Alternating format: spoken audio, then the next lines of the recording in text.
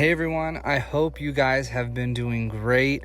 I hope you've been having a good time these last couple weeks without One Piece. I know we all missed it a lot. I know I am excited, refreshed, and just ready to get back into reviewing One Piece and creating new content for you guys. I know I have been out of it as well. Last week I went to California to take a little vacation with the family, spend some time at the beach, saw some extended family.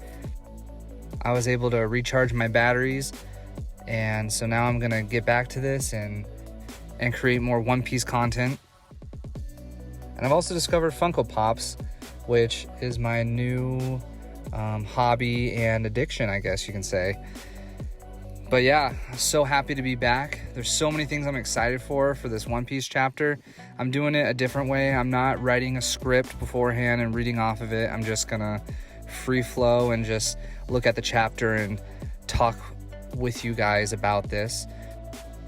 Another thing I'm excited for is there are two things that are mentioned in this chapter that kind of have to do with two videos I made. So when those parts come up, I will make sure to mention that my videos are going to be linked at those moments as well. So without any further ado, let's get into this chapter. So one of the things that I'm really pumped for and excited for this chapter, and I think that is amazing, is the beautiful color page that Oda drew and colored in.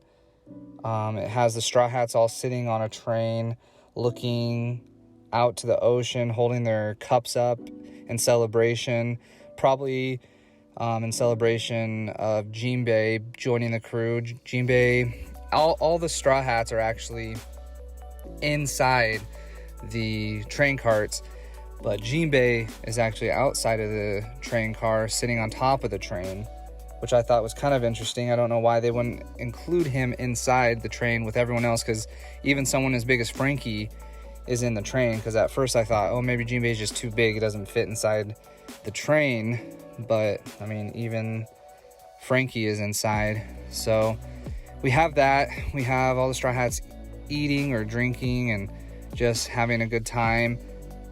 We also have Zoro eating some noodles, and one thing I noticed is on his noodle bowl is a light blue dragon which resembles Kaido, which I thought was really interesting, and I bet you there's going to be a lot of speculation about that with him taking on Kaido. And I do notice that he also has Enma in this color spread as well. But yeah, it's a really nice color spread. I really love it. Usopp has a new hat, a different color. It looks really nice. And they all just look like they're having a good time. There's a bear sitting behind Jinbei on the train, which is kind of cool.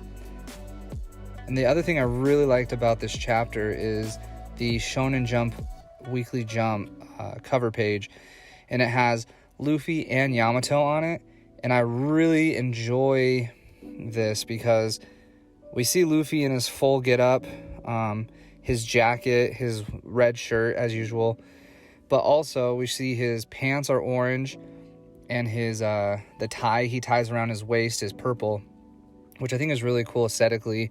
I don't know if that's how it's going to be for the war or not, but I also think since it's October, maybe those colors are that way to be like Halloween type colors. But alongside Luffy, we have Yamato, and her color scheme is revealed, which I think she looks awesome. I love her white, I don't think it's kimono, I don't know what you call it, but her white shirt with the purple. I love that color scheme, white and purple. It just looks really good, really clean. But also I really love her hair. I think that's probably my favorite part about her, is the white hair on top, and then as it goes down it kind of goes into a green and then to a blue, which I think it just looks really awesome and actually has me excited, and hopefully maybe we can get her a part of the crew. I don't know if that's actually going to happen, but just her design alone made me really excited for her, and it really makes me want her to join the crew. Alright, so now we're getting finally into this chapter.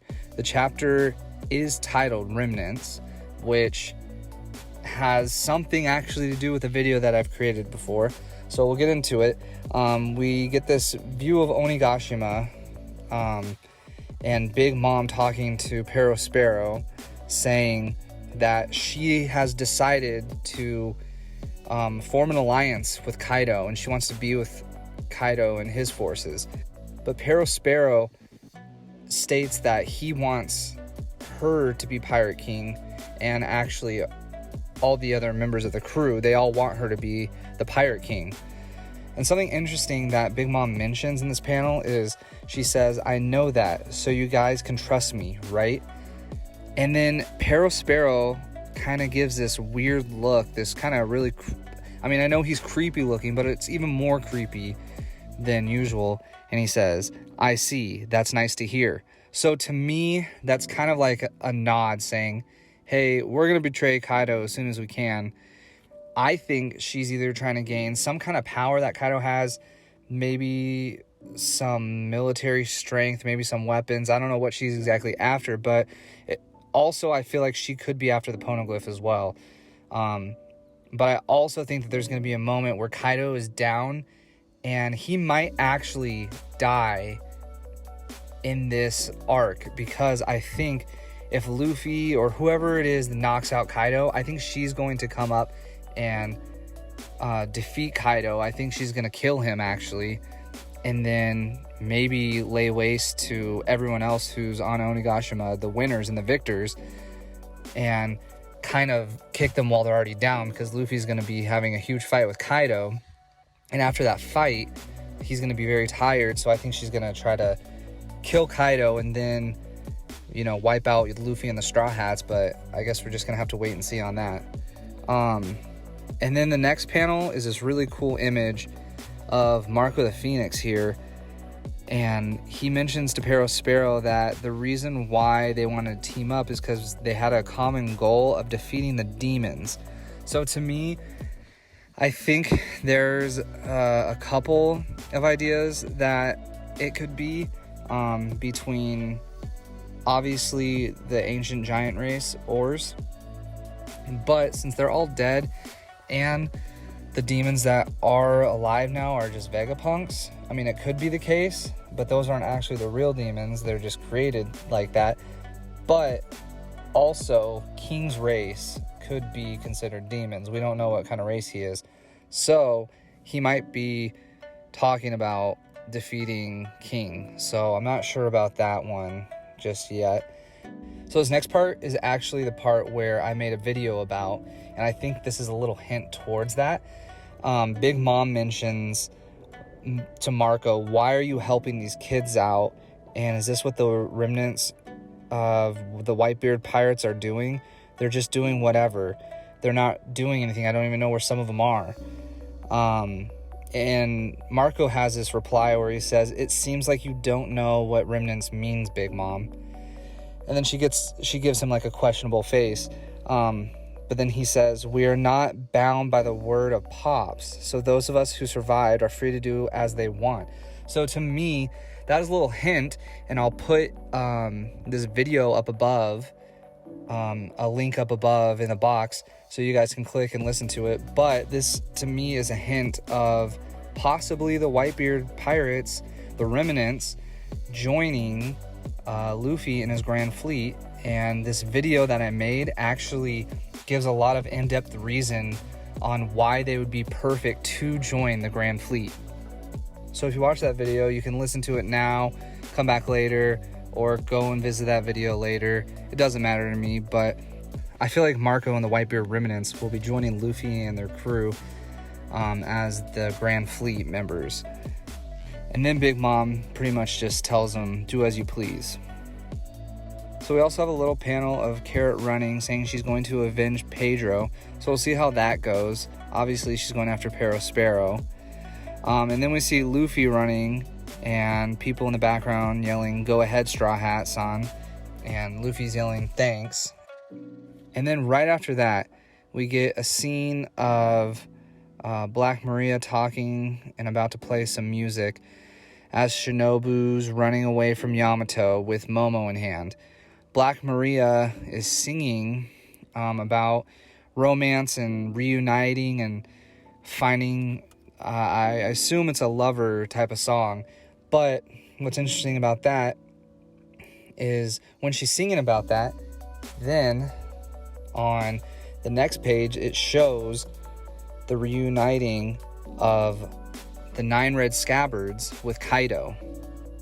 It shows them fighting Kaido and going all out. But what's really cool, and you can totally tell that they're going to do this good in the anime, is I think the clash is going to be kind of silent with Black Maria's music playing over it. And I think it's going to look really nice, really cool. And this is where I think the best art is of this chapter. It has an amazing panel of Kaido going straight after the red scabbards. It has a great panel of the red scabbards all standing ready to take on Kaido. Kaido has this huge roar that he emits, and even one of the scabbards says that his roar turns into thunder. His roar breaks up the ground, and you just get a lot of cool images of Kinemon and Inurashi taking on Kaido and his attacks. And then it shows a lot of cool close-ups of all the different scabbards. It shows Raizo, Ashuradoji, it shows Kiku, it shows Denjiro, it shows Kawamatsu, Izo, Nekomamushi. But these close-up images are so well done, and I was super impressed of how they look. It looks really amazing. So next the fight just continues, and we get to see a lot actually of this fight between Kaido and the scabbards. We see Nekomamushi attack Kaido and doing some damage to him. We see Kawamatsu in the air doing his Kappa Ryu, cutting up Kaido. We also get a little panel of Kaido's men saying, "I can't believe they're actually doing this damage to Kaido." And then we see Kaido attack Kawamatsu after Kawamatsu has attacked him, which is nice to show that even though Kaido is getting hit, that he's still giving it back to them. We see Inurashi attack Kaido, putting his sword leg into the dragon, which is really cool. Then we see the two brothers, Izo and Kiku, attacking Kaido. And we also get it mentioned by Kaido that their sword skills are nothing like Kaido, but they are crafty. And he was wondering why they actually were able to cut him. And then after that, we get Kaido using his Boro breath and Raizo using a jutsu, which is really nice because right now, with my fiance, we are going through the Naruto series, and so as Raizo uses these jutsus, it's really cool to see, because especially since I'm going through Naruto right now, seeing all these jutsus that I remember and just remembering the series, and it's really cool to see Raizo do all this stuff that's really similar to Naruto and the different ninja in that.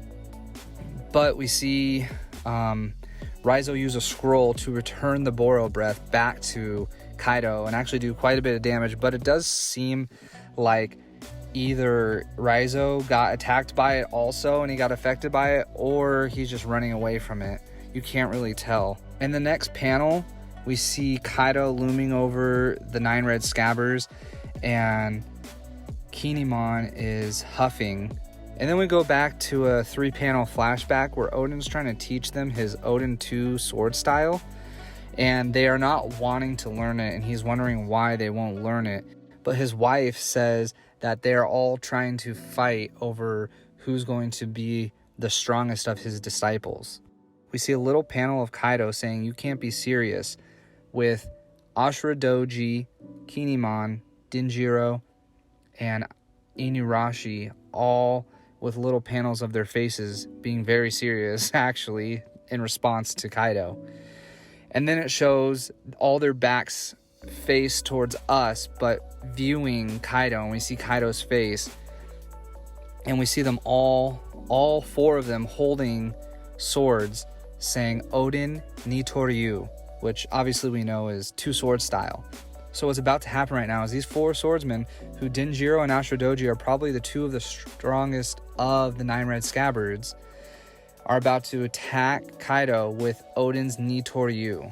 We have Kaido saying, "Imitating him won't do you any good." And then it shows Odin trying to teach them Ryo, but nobody's listening to him. And then at the very, very end of this chapter, it shows all 4 of those guys going to cut Kaido and actually reopening his wound that he has from Odin, which is really amazing. And the move that they use is Togen Totsuka. And so this last part is actually the part that I'm going to link another one of my videos in up top right here. And it's if Wano's strength is what we all expected it to be. And with these last couple chapters, and we've seen the samurai and how strong they are, they have lived up to the hype that in my video I make an argument for, that they are strong enough and stronger than the expectations we had and the hype that they were given. So go ahead and check that video up above. But overall, this was an amazing chapter. I really loved it. The art was great. I love seeing Marco. Marco's one of my favorite characters. I love seeing him talk to Big Mom and Perospero. I can't wait to see what happens with Big Mom and if she betrays Kaido, and what happens with the Big Mom pirates. Also, what happens with the remnants of the Whitebeard pirates if they end up showing up to Wano, or what will happen there. And then I love seeing this last little fight with all the 9 red scabbards going against Kaido, actually doing damage, actually looking pretty tough, pretty good. But we kind of know that in the end, they probably will fail, leaving Luffy to come after Kaido and having to take him on, whether it be one-on-one or with the help of Kid and Law, or however that's going to go. So overall, an amazing chapter. I'm glad you guys watched this video. Thank you so much. Please remember to like, share, comment, and subscribe. Do all of that, please. It helps so much. Share around the video. Show your friends. I really want my channel to start growing more. I'm going to make amazing content coming up. I can't wait for you guys to see it all. Thank you so much. Have an amazing rest of your week. Have an amazing weekend. Remember to be kind to others. See ya.